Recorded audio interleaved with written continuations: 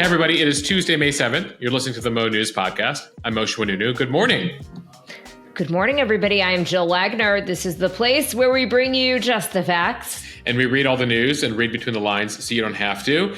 Jill, we should note, yesterday we marked this as National Nurses Week. It also happens to be Teacher Appreciation Week. And today, everybody, May 7th, is National Teacher Day. So we're showing a lot of gratitude this week to the nurses and to the teachers in our lives. You know, I come from a family of teachers. My mother, retired teacher after about 30 years, actually. My daughter has an amazing teacher. My son has an amazing teacher. So I thank you to all of the teachers out there, many who changed my life, actually, as well. Yes. Actually, as you note that, Jill, a lot of teachers have had an impact on me as well. I'll give a shout out. I wonder if they listen to this podcast. Oh, God. So now I'm going to have to give a shout out? Is that what's going on? You don't have to give a shout out, Jill, but now it'll look, it won't look great if you're not going to name a teacher. So I just want to give a shout out to Dan Larson and Andrew Canine, who were my government teachers 25 years ago at Stevenson High School in Lincolnshire, Illinois, and really inspired me to head to Washington, go into politics and journalism. I would not be doing what I am today if it wasn't for the impact of those two, among many teachers that I had, inspiring me to really dive into government and politics. For me, it was my high school teachers that had the biggest impact on me, not necessarily college or grad school. So a shout out to Mrs. Antonucci from Jericho High School, who I have run into since I graduated. She instilled in me such a love of writing and reading, for that matter, but really just this love of writing that I have to this day. I could go on. We could actually do a whole pod just talking about various teachers in my life, going back to Mrs. Miller, my kindergarten teacher. But we have to move on. We won't. We'll do it on a separate pod, Jill. But I will note this. There are actually a lot of discounts for you teachers out there this week. Insomnia Cookies, Buffalo Wild Wings, Moe's Southwest Grill. So Google for deals for teachers this week. It appears there's dozens and dozens of them. And when I say can we not, I just mean can we not right now? Because there's so much news. No, I would love to do a dedicated podcast about teachers. For the record, you appreciate teachers on this Teacher Appreciation Week, but people come here for the news, and Jill says we should get to some. All right, here are the headlines. A ton of developments in the Middle East. Hamas announced that it agrees to a ceasefire that Israel hadn't seen as Israel begins an operation into the southern Gaza city of Rafah. The latest American detained in Russia. This time it's a U.S. soldier, what the White House is saying. Why the judge in Donald Trump's criminal trial is threatening jail time. Probably not the reason you would expect. After 2 rounds of arrests and a campus cleared of tents, Columbia makes the decision that it is still going to cancel its university-wide commencement. An indicted Democratic congressman saying he's still running for reelection as he faces federal charges. How congressional Republicans are trying to reverse electric vehicle adoption. LA fighting a scourge of mosquitoes with more mosquitoes. We'll explain. South Dakota's governor and potential Trump VP pick, Kristi Noem, continuing to defend her autobiography, even as some major factual errors come to light. And Moshe has On This Day in History. Jill, some notable music history, including the Rolling Stones, the Eagles, and Sir Mix-a-Lot. Baby got back. Good prediction, Jill. It is the one song we remember from him. All right, Monday was a day of conflicting headlines when it comes to the Israel-Hamas war, a potential ceasefire, and the state of the conflict. The Hamas terror group on Monday announcing that it agreed to a Gaza ceasefire proposal from Qatar and Egypt. But the caveat here is that it was an agreement that Israel hadn't even seen.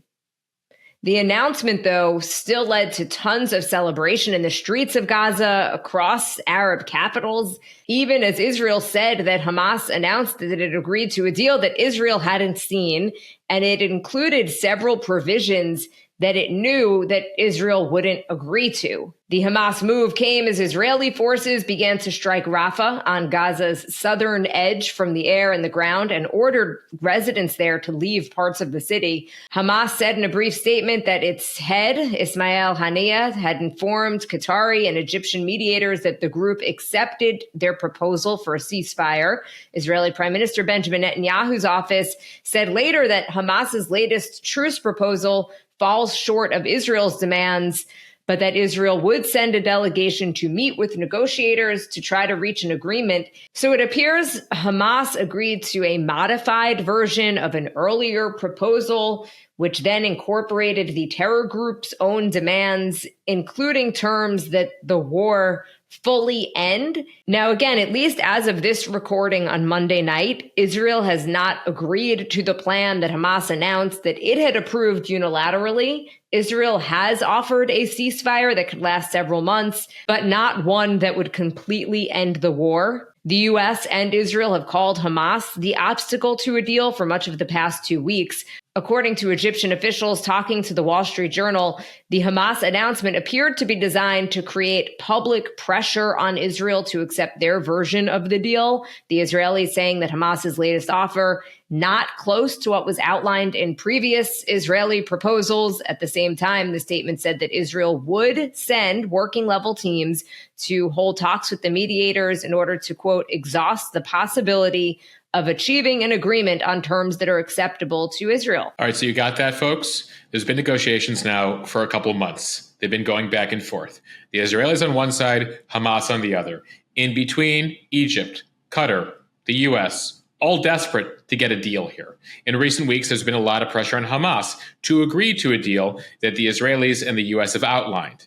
There have been several drafts. They move around. The Egyptians and Qataris send a draft to Hamas with some proposals. Then, yesterday, Hamas announces not that they have a counterproposal, but that they've agreed to a ceasefire. That sets off celebration, and it appears to be a strategy here to now make Israel look like it won't agree to a ceasefire. And it comes at a very strategic point here because the Israelis in the past 48 hours have begun their operation into Rafah. So the war here is played out on multiple levels, right? There's the military war, there's the optics and PR war. And that appears here to be what Hamas was going for, is that just as the Israelis are moving into Rafah, they announce not that they have a counterproposal, but that they've agreed to a ceasefire. And the world runs with those headlines. So a lot of pressure here on the Israeli government here, both from abroad and now domestically. That includes a group of hostage families and loved ones and a group of Israelis, still a minority of the country, that have said, you need to strike a deal here no matter what. There's still 130-something hostages in Hamas custody. 100 of them are believed to be alive. Agree to whatever it takes to bring home those hostages.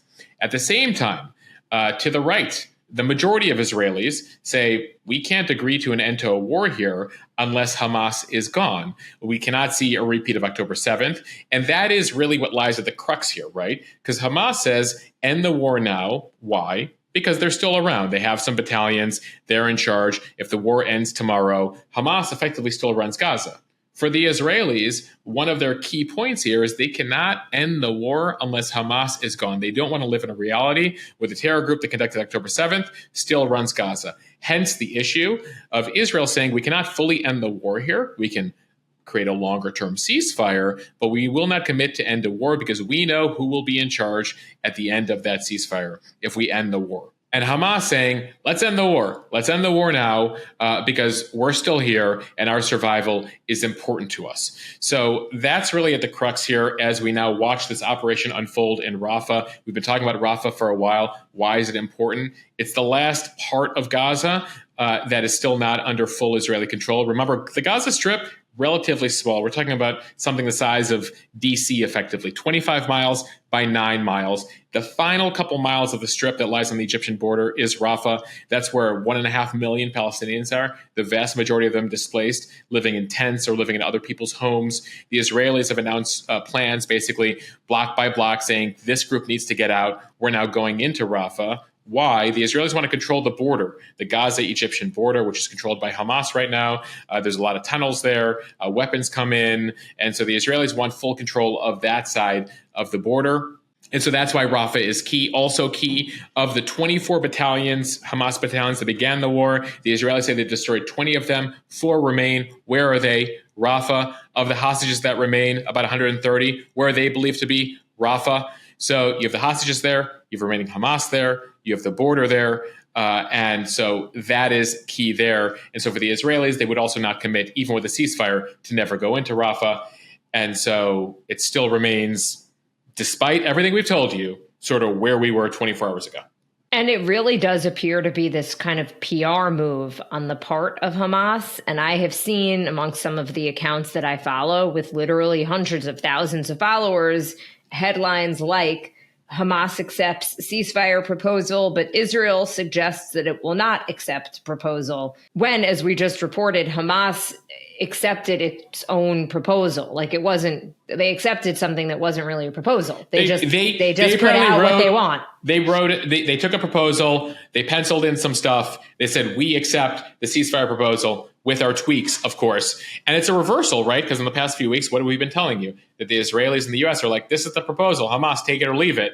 And so that has put the pressure, the onus on Hamas. Hamas figured out a way yesterday to flip the script of sorts. And so that is what they have done. So again, we'll see how this plays out in the International Court of Opinion. We'll see how this plays out on the ground in Gaza and Israel. All right. We also learned on Monday that a U.S. soldier is now being detained in Russia. He's been stationed in South Korea and traveled to Russia recently on his own and not on official business.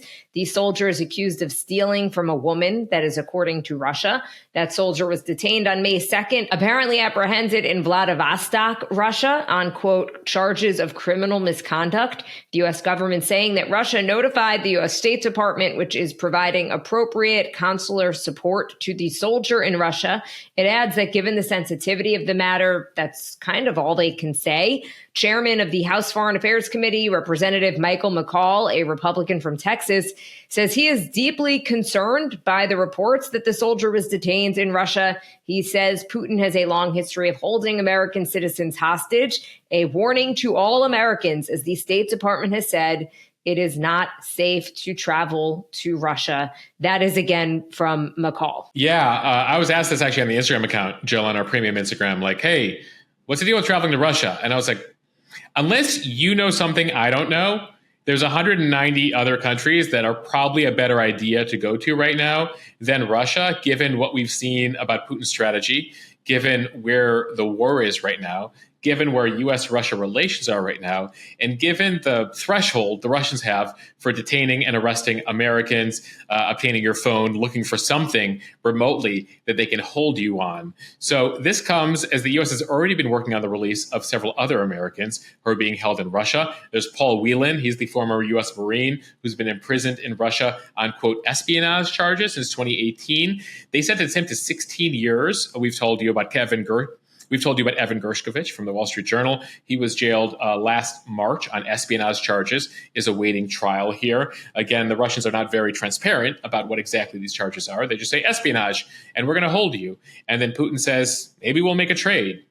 We have some ideas as to who we would like you to trade in exchange for these Americans. So again, the U.S. State Department warning Americans not to travel to Russia, urging any U.S. citizens who live there to depart there immediately if you haven't already. And so there's a lot of guidance there because of the concern about being used as bargaining chips. Again, we're waiting on more details here. The White House, the Pentagon, not saying much as they figure this out. Remember, they're going to say certain things publicly, certain things privately. But it is interesting, Jill, because we told you recently about the U.S. soldier who was based in South Korea, who escaped to North Korea. And now we have a soldier who was heading back to his base in Texas, and decided to make a pit stop up there on the far east coast of Russia in Vladivostok, and apparently caught for theft, whatever that means, because we haven't heard details.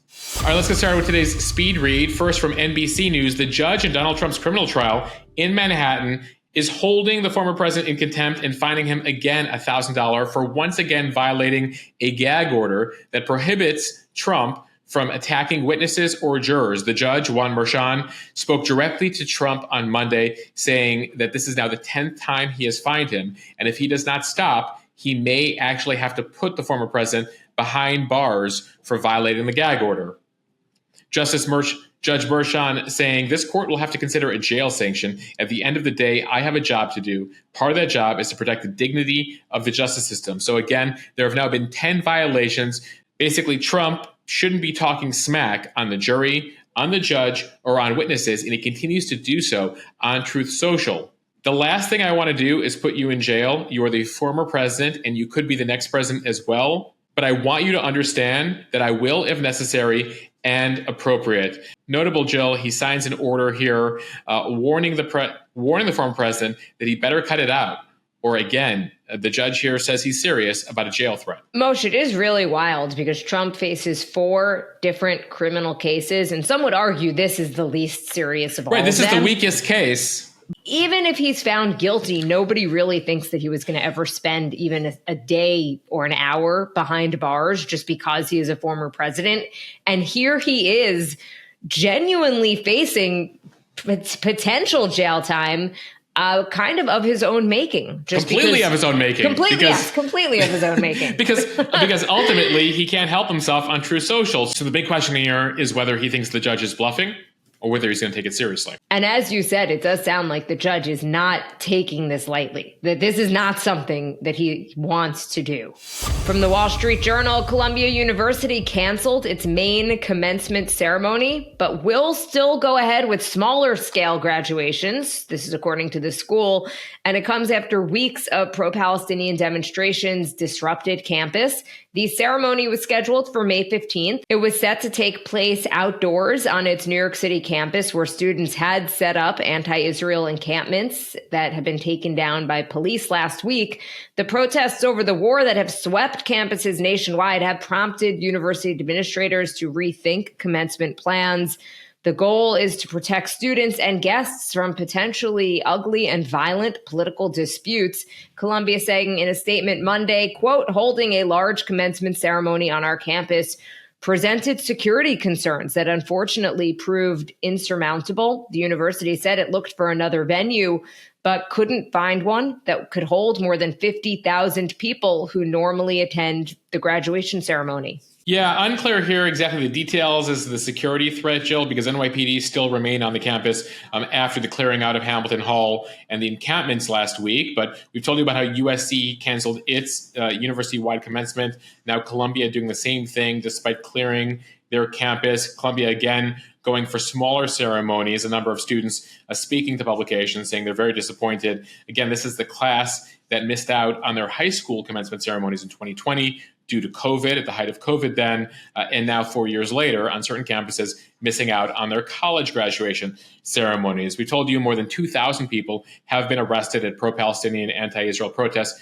across the country over the course of the past couple of weeks. And the Wall Street Journal reported over the weekend that some of these demonstrations were the result of months of training, planning, and encouragement from longtime activists, left-wing groups. The Black Panthers were actually involved in training the group up at Columbia. Jill, it comes as universities, as we've told you, have had a variety of tactics and strategies to deal with these encampments. Down at the University of Florida, the president there, Ben Sasse, who happens to be a former U.S. senator from Nebraska, put out an editorial over the weekend that got tens of thousands of shares, Jill, from our Instagram account. So I just want to share a bit of the highlights from that post. Effectively, the headline from Ben Sasse, the University of Florida, where they conducted arrests very quickly and didn't allow the encampments to continue very long. He says the adults are still in charge at the University of Florida. He is not into, quote, appeasing mobs. He says, we're a university, not a daycare. We do not coddle emotions. We wrestle with ideas. He says that the university does have an obligation to protect free speech, but it also has an obligation to protect student safety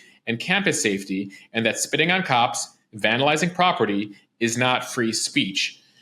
He goes on to say that the students weighed the costs. They made decisions, and they will weigh the consequences and face the consequences as adults. He makes a larger argument about universities across the nation, saying they need to recommit to education, real education, he says, where students, professors, etc., engage in ideas with curiosity instead of identity politics. He says that the identity politics, the oppressed complex of the last couple of years has led to what he calls quasi-religious fanaticism A world where there's only blacks and whites and no grays and no actual engagement with people who disagree with you.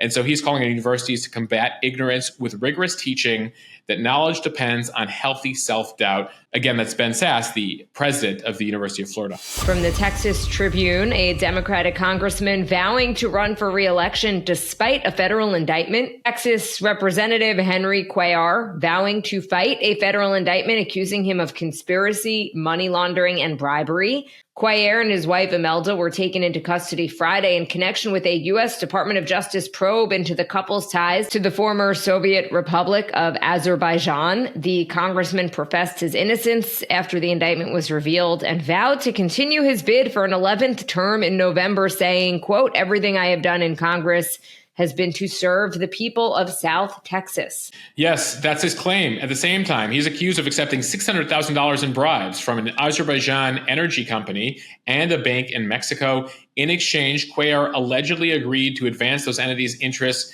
in the U.S. He and his wife surrendered last week. They made an appearance before a judge. They were released on a $100,000 bond. Jill, the FBI raided his home a while back, and he's maintained support from high levels of the Democratic Party, Nancy Pelosi, and others. And so he's going for, you mentioned 11 terms, 22 years in Congress, and he can't let go. He's going to run for re-election. So far, most notably, Dean Phillips, one of his colleagues from Minnesota, Dean Phillips, you might remember, ran for president against Joe Biden in sort of a long shot bid. He's calling out Henry Cuellar, saying, dude, you're indicted. Maybe it's time to step down. But for the most part, not much criticism from the Democratic Party so far. It comes over on the Senate side, as you have New Jersey Democratic Senator Bob Menendez, who's also been indicted and continues to remain in office over in the Senate. Right now, 2 Republicans in Texas are competing in a runoff later this month for the right to face Cuellar in November. And this is a very purple seat, which is one of the reasons why Democrats have tolerated Cuellar despite some of these issues, because he's found a way to navigate that seat for a number of years. In fact, effectively pro-life. He's also been very critical of Biden on the border, but now, of course, is indicted and faces potential prison time over these allegations. So these Republicans running against him think they have a shot. They're calling him corrupt, calling it a sad situation. His district is along the border there with Mexico. And Donald Trump chiming in here, saying that this is all part of a Biden strategy to take down Cuellar because he doesn't like Cuellar's moderate politics. So far, the Republicans running against Cuellar don't buy into the Trump theory. They're just saying he's corrupt. So that will be one of the races to watch, because we're talking about how thin the margin is, right? Republicans only have a 2-seat majority right now. So every seat, every competitive seat is going to matter this November. Sticking with politics, from The Verge, Republican lawmakers are attempting to overturn the twin pillars of the Biden administration's climate platform: tax credits for electric vehicles and the EPA's new rules to curb tailpipe emissions. The effort involves new bills introduced by members of Congress, as well as lawsuits filed by state attorneys general. The goal is to roll back the minimal progress made by the Biden administration to reduce the share of planet-warming carbon emissions produced by the automotive sector. Last month, 25 Republican attorneys general filed a lawsuit intended to overturn the EPA's recently finalized tailpipe rules aimed at slashing greenhouse gas emissions in half by 2032. In a statement, Kentucky Attorney General Russell Coleman accused President Biden of being, quote, willing to sacrifice the American auto industry and its workers in service of its radical green agenda. The EPA rules require that automakers build less polluting passenger vehicles starting in 2027. But they stop short of completely phasing out gas-powered vehicles. Still, several Democratic-controlled states like California and Maryland have pledged to ban the sale of new internal combustion engine vehicles by 2035. Yeah, so a bunch of states within 10 years saying the only new cars you can buy will be EVs. Republicans pushing back hard on this. This has been part of the Trump campaign, and it's part of the argument Democrats make as to why they think voters should keep Biden in office. this November as to not reverse the progress that's been made on the climate, been made on EVs. The act from Republicans here is also looking to defund investments made into EV charging infrastructure across the country. The infrastructure law passed recently commits to $7.5 billion in EV charging stations across the country. We've talked about how that's a key component here that's preventing people from buying EVs. You've seen at the state level, some red states in particular, them trying to curb the use of EVs. In Wyoming, they attempted to ban the sales of EVs in the state within the next few years, so sort of the reverse of what you've seen in California and other states. You have a number of environmental groups here that are jumping in to defend the EPA. You will likely see some of these efforts go to the Supreme Court, where they've been questioning, some of the cases have been questioning the authority the Environmental Protection Agency, the EPA, has to make these rules. In a number of cases, the Supreme Court, conservative majority there, has ruled the EPA does not have these powers, that Congress needs to give the EPA more powers, which means some of the things they want to do to combat climate, they're ruling unconstitutional. So that's something to watch closely. And while it right now, Jill, ranks somewhere in the top 10, kind of the lower side of the top 10, for voters, certainly an issue here that is important to a certain group of voters on each side, right? On the left, where they want more progress made on climate change, and a certain group of folks on the right who say that's going to hurt existing businesses. From NBC News, Los Angeles has a new weapon in its fight against mosquitoes. More mosquitoes. The Greater Los Angeles County Vector Control District launched a pilot program late last week to release tens of thousands of lab-raised male mosquitoes into the local environment. Those male mosquitoes have been sterilized by radiation. The plan is that they will find wild female mates and impregnate them with dead-end sperm, resulting in worthless eggs. The target is a particular species, Aedes aegypti, which began to populate LA County in 2014 and specifically targets humans. This type of mosquito thrives in backyards. They make their homes in small containers like bottle caps and dog bowls. But they are especially worrisome because they can carry diseases like yellow fever, Zika, and dengue. The male mosquitoes don't bite, so experts say the program poses near zero risk to humans. Yeah, and just a heads up, since you heard the word radiation there, authorities say these mosquitoes are not radioactive and they do not, again, pose a risk to the public. It's just a bunch of male mosquitoes, Jill, with dead-end sperm. There's definitely a joke in there. There's something there. Sterile male mosquitoes in LA. I don't know. LA ladies, let us know your best one-liner and we'll feature it on the Instagram account. So they're going to start this in Sunland, Tahunga area of LA. They intend to release 7 to 10 sterile mosquitoes for every wild male they believe is living there. That could be up to 60,000 mosquitoes a week. So we'll see how the strategy works. Jill, trying to use science, again, as you said, more mosquitoes to kill all the extra mosquitoes. And finally, from ABC News, South Dakota Governor Kristi Noem on Monday is continuing her media appearances defending controversial passages in her forthcoming autobiography. So she is facing some serious scrutiny over a number of anecdotes, including a false claim about meeting North Korean leader Kim Jong-un, plus, as we've mentioned here, a story about killing her dog and goat, and a phone call with former South Carolina Governor Nikki Haley, where Noem said that she felt, quote, threatened. So back to this North Korea claim. So Noem in the book says that she met with North Korean leader Kim Jong-un during her time in Congress. She now says that the anecdote should not have been included in the book and is being removed. But she wouldn't answer a question about whether the meeting with the North Korean leader actually occurred. There is no public record of her visiting North Korea or meeting with the reclusive leader. She will only say that I have met with many, many world leaders. I have traveled around the world. I should not have put that anecdote in the book. Yeah. This is the thing about Kim Jong-un. Doesn't meet with many people. He's got like Dennis Rodman, Donald Trump. It's like really a handful of folks. So a young congresswoman from South Dakota, not someone he typically would have met with, and there's no record of this. And what's crazy, Jill, is she says, when this came to my attention, I was like, we got to take this out of the book. a book that she wrote with a co-author, a book that she recorded the audiobook of, including this anecdote. The whole thing even more bizarre because she's doing all these media appearances that she insists on doing, where she just is facing question after question about some of the allegations in the book. And we've told you about the whole story of the dog, the 14-month-old dog she had. His name was Cricket. He was untrainable. He attacked a chicken. She shot him in her gravel pit. As she got criticism for it, she later claims, it's not in the book, that he was biting people. Then she talks about killing her goat, her male goat. She said the goat was nasty and mean because he hadn't been castrated. So the goat smelled disgusting, musky, rancid, and apparently chased the kids. So she also shot the goat in the gravel pit. And then she even doubled down and she said that the Bidens should have shot their dog, the one that kept biting Secret Service members and stuff. Yeah, Commander. She's like, that's what you should be, that's how you deal with it. So Commander, the German Shepherd, who's been biting all the people, is no longer at the White House because he was biting people. She goes on TV and she's not running for dog catcher. She's, hoping to be Trump's VP. And she's made a whole agenda of we need to kill some dogs. So she writes in her book that Commander should meet Cricket, as in we should kill Commander so Commander can meet Cricket in the, post world for dogs.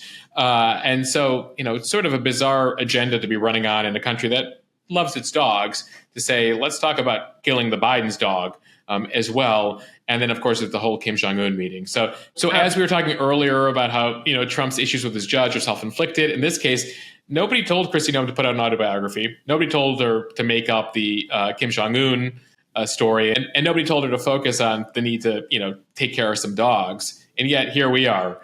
So allegedly, according to reports now, she was high up on Trump's list. She's much lower on Trump's VP list. She was at an event over the weekend, though, with Trump down there in West Palm Beach, along with a number of other contenders for the number 2 slot. All right, now for On This Day in History, we begin in 1945. On this day, Nazi Germany signed an unconditional surrender at Allied headquarters in France, ending its role officially in World War II. Though World War II would continue for several more months in the Pacific until August, just after the dropping of the atomic bombs on Hiroshima and Nagasaki.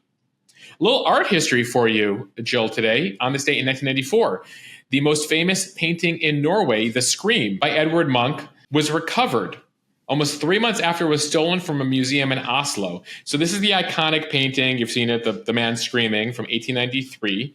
And on the opening day of the Winter Olympics in Lillehammer that year in 94, 2 thieves broke in, cut a wire holding the painting to the wall, and left a note that read, "1,000 thanks for the bad security." So they steal the painting very easily. They eventually recover it 3 months later in a police operation. The men were demanding a ransom. The museum refused. The police got it. And then 2 years later, several of them were convicted and sentenced for the theft. Now, the craziest part of the story, this was not the last time that the Scream was stolen. Fast forward to 2004. It was stolen again, 10 years later.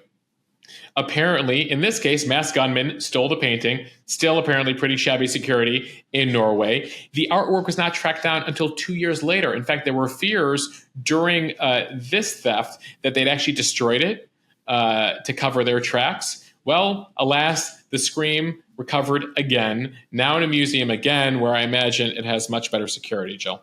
Is it bad that all I could think of is the 90s movie Scream, where they wear the mask? See, that's interesting. Mask? See, that's interesting you went there, because I went to another film. I went to Thomas Crown Affair, which is a film about stealing artwork. Another great movie. Yes, and also features one of my favorite songs, Nina Simone's Sinner Man, which I think about that movie every time I hear that song. I feel like you just wanted a reason to mention that. It's a great song, Sinner Man, and the remixes, everything's good. Jill, don't crap on Sinner Man. Speaking of music, some music history on this day. On this day in 1966, the Rolling Stones release one of their big hits, Painted Black. Fast forward to the 70s. On this day, May 7th, 1977, Hotel California by the Eagles reaches number 1 on the Billboard charts. If you're ever in LA and you pass by the Beverly Hills Hotel, that's the hotel that inspired Hotel California, according to Don Henley. And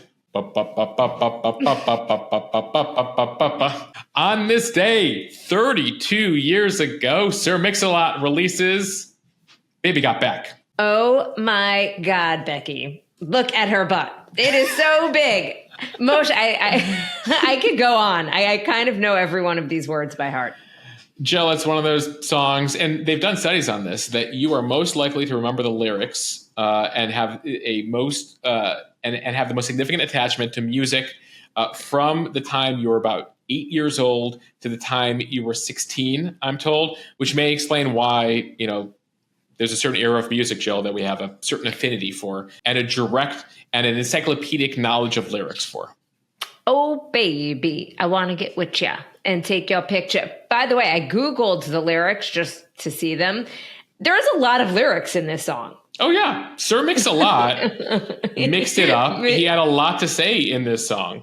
And it's only remembered for the chorus and Becky. and the women talking about Becky. All right, Moshe, it has been good to be back on the podcast. I've had a ton of traveling in the past couple of weeks. 10 days in Florida with my in-laws, and then I just went to celebrate my parents' 50th anniversary on a long weekend, and now we are back home.